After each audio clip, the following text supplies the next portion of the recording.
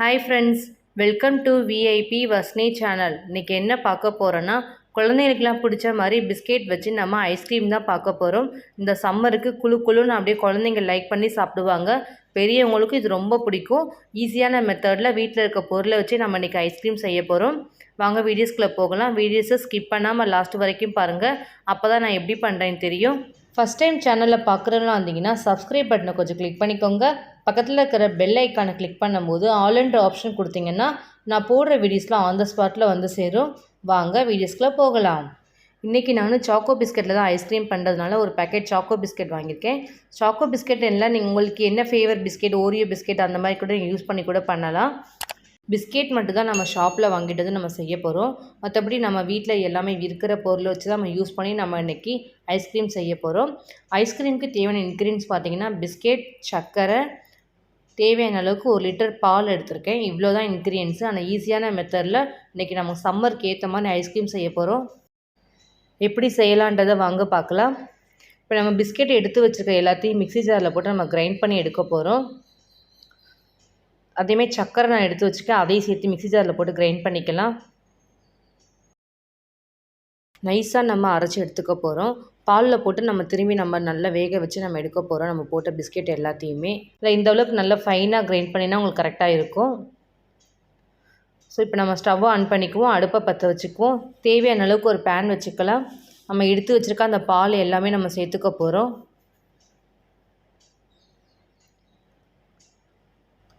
பால் சேர்த்ததுக்கப்புறம் நம்ம நல்லா திக்காக காய்ச்சி நம்ம எடுக்க போகிறோம். 1 லிட்டர் நம்ம ஊற்றிருக்கோன்னா 1/2 லிட்டர் நம்ம கொண்டு வர அளவுக்கு நம்ம காய்ச்சணும். கரண்டியால் ஃபுல்லாக மிக்ஸ் பண்ணி விட்டுட்டே இருந்திங்கன்னா நமக்கு பால் நல்லா காய்ச்சி வரும். அந்த ஏடும் ஃபுல்லாக ஸ்ப்ரெட் பண்ணி நம்ம அப்படியே மிக்ஸ் பண்ணிகிட்டே இருக்கணும்.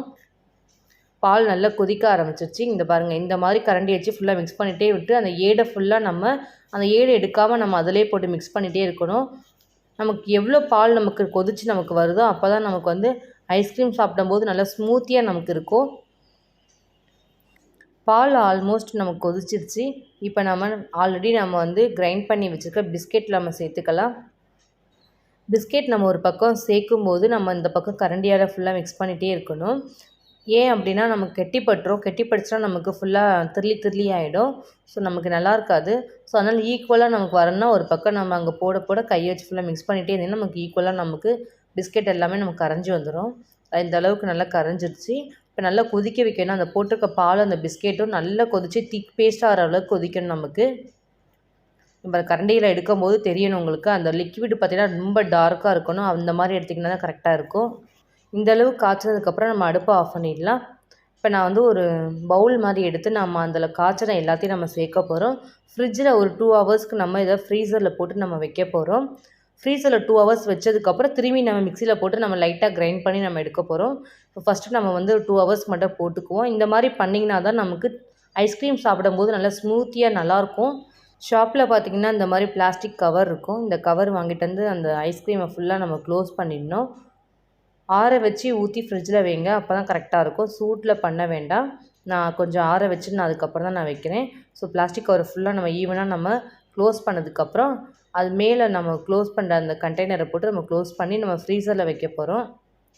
2 ஹவர்ஸ் வச்சு நம்ம எடுத்துகிட்டு திரும்பி நம்ம மிக்ஸியில் போட்டு கிரைண்ட் பண்ணிக்கலாம். 2 ஹவர்ஸ் ஆகிற வரைக்கும் கொஞ்சம் வெயிட் பண்ணலாம்.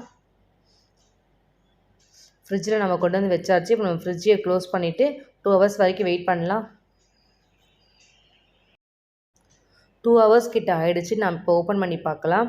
2 ஹவர்ஸ் ஆனாலுமே நமக்கு ஐஸ்கிரீமாக இருக்காது, லிக்விடாக தான் இருக்கும். ஸோ இந்த லிக்விடை நம்ம திரும்பி நம்ம மிக்ஸியில் போட்டு கிரைண்ட் பண்ணி நம்ம எடுத்து திரும்பி அதுக்கப்புறம் 8 ஹவர்ஸ் நம்ம ஃப்ரிட்ஜில் வைக்க போகிறோம். அப்போ தான் நமக்கு ஐஸ்கிரீமாக நமக்கு வரும். ஸோ மிக்ஸி ஜாரில் நம்ம சேர்த்துக்கலாம். அது கெட்டியாக இருக்குது. இந்த மாதிரி கெட்டியாக இருக்கும்போது தான் நீங்கள் மிக்ஸியில் போட்டு கிரைண்ட் பண்ணணும். அப்போ தான் கரெக்டாக இருக்கும் நமக்கு. இந்த மாதிரி பிளெண்ட் பண்ணும்போது பார்த்திங்கன்னா நமக்கு ஐஸ்கிரீம் நல்ல ஒரு சாஃப்டாக ஸ்மூத்தாக இருக்கும். சாப்பிடும்போது நல்லாயிருக்கும்.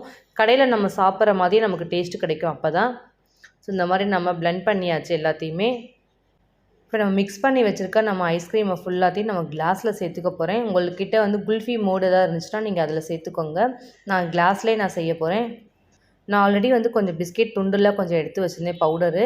இப்போ நம்ம அதை கிளாஸில் நான் லைட்டாக போட்டு அதுக்கு மேலே நான் வந்து ஐஸ்கிரீமை ஃபுல்லாக நம்ம சேர்த்துக்கலாம். சேர்த்ததுக்கப்புறம் அந்த பிளாஸ்டிக் கவர் நான் வச்சுருக்கேன், அதை ஒவ்வொரு கிளாஸ்லையும் நான் ஃபுல்லாக க்ளோஸ் பண்ணி ப்ரெஷ் பண்ணி விட்டிங்கன்னா நமக்கு அப்படியே நமக்கு நார்மலாகிடும். சில பேர் லப்பர் பேண்ட் கூட போடுவாங்க கிரிப்னஸ்க்கு. ஸோ நான் லப்பர் பேண்ட்லாம் நான் சேர்க்கல, அப்படியே டேரெக்டாகவே நான் க்ளோஸ் பண்ணி வைக்க போகிறேன். உங்கள் வீட்டில் சப்போஸ் நீங்கள் வந்து ஐஸ்கிரீம் மோல்டு எதாவது இருந்துச்சுன்னா நீங்கள் அப்படியே டேரெக்டாக போட்டுக்கலாம். ஸோ என்கிட்ட எதுவும் இல்லை, ஸோ அதனால் நான் கிளாஸில் நான் பண்ணி காமிக்க போகிறேன். ஸோ இதே மாதிரி நம்ம எல்லா கிளாஸ்லேயும் இந்த மாதிரி பேப்பரால் ஃபுல்லாக க்ளோஸ் பண்ணிக்கலாம். மோல்டில் பண்ணுறதும் நம்ம கிளாஸில் பண்ணுறதும் எல்லாம் ஒரே மெத்தட் தான்.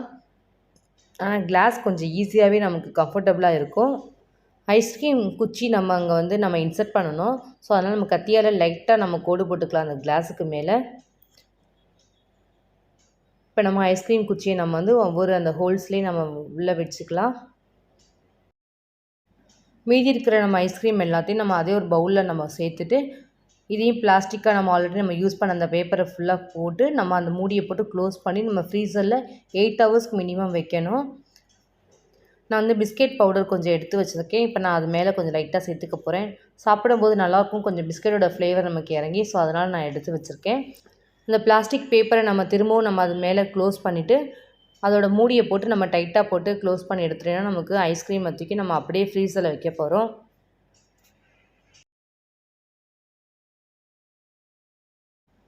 நம்ம ஐஸ்கிரீமை ஃபுல்லாக கிளாஸ்லேயே நம்ம ஒரு பவுல்லே நம்ம ஊற்றி வச்சாச்சு. இப்போ நம்ம தூக்கி ஃப்ரீசரில் கொண்டு போய் 8 ஹவர்ஸ் நம்ம ஸ்டோர் பண்ணிக்கலாம்.